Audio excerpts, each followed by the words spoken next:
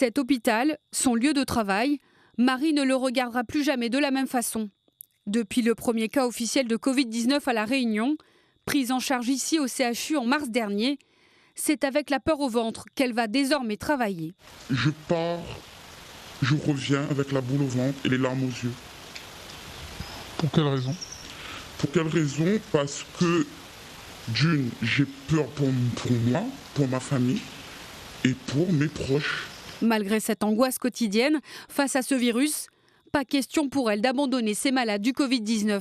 Ils sont dans un état psychologique très fragile et ils ne voient que nous, masqués, comme le président a répété à plusieurs reprises, on est en guerre, ils voient que des guerriers en blouse blanche masqués.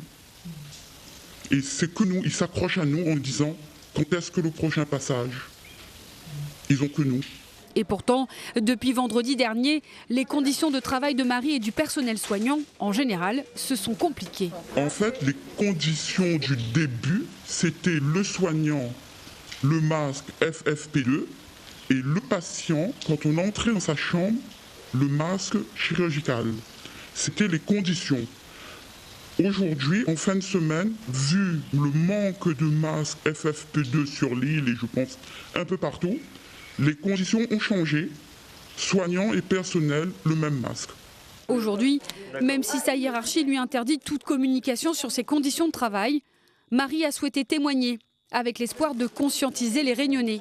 Pour elle, il n'y a pas d'autre solution que le confinement. Personne ne sait qui est positif ou pas. Donc le confinement, c'est le plus important pour éviter la propagation à La Réunion. Nous devons tous être responsables, c'est un geste citoyen. Penser aux gens qu'on aime, parce que vu qu'il n'y aura pas de lit de réa pour tout le monde, on ne sait pas quel membre de notre famille on va perdre. En attendant que ce message soit entendu, pas question pour elle ni pour ses collègues d'arrêter de soigner. Tous ont décidé de rester unis face à cette guerre sanitaire. Une guerre dans laquelle Marie et les autres soignants se sont engagés avec le soutien de la population.